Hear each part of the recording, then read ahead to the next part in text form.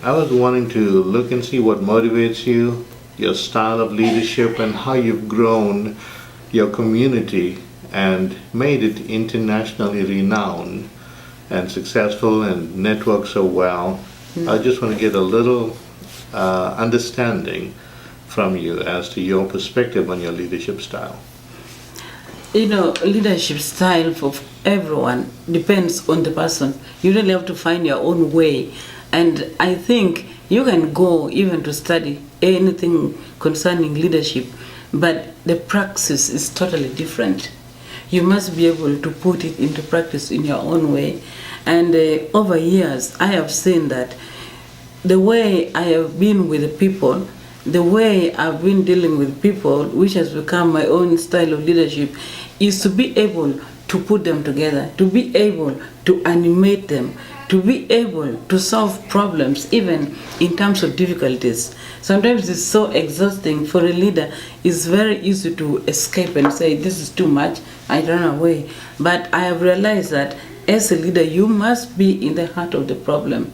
And we must be able to tell people that this problem is one we cannot solve together. It is not one person that can solve it.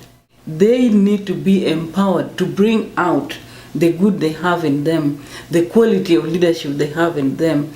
I don't want them to be exactly a leader just like me, and I don't expect them to be. But I want them to bring out their leadership skills and their roles, especially when it comes to problem solving, when it comes to leading others.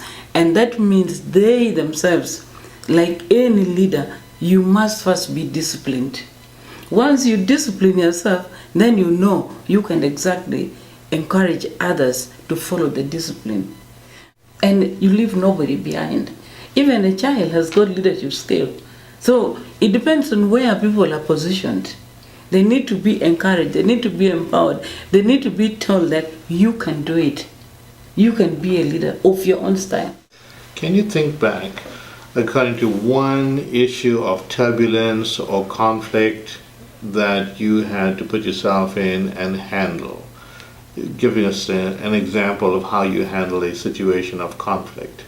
I've just come back from Uganda, and this was just like a week ago, and I visited almost all the projects, and I realized there was a kind of tension that people were feeling uneasy because I'm absent. They say, oh, things are not moving. So in every corner I went, people were saying, sister, please, we want to see you. Please, can we sit down for a meeting?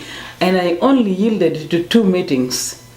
I managed to sit down with the sister who is currently heading the school, and she told me there are a lot of problems and we need to solve it. We need to put the stuff together. And I told her, no, you are empowered to talk to the staff, to solve the problem with the staff. I am only going to meet the administrative staffs, and that means I need only 5 people. So the 5 of them came. They didn't believe and say, no, sister, you need to meet all the heads of department. I said, no.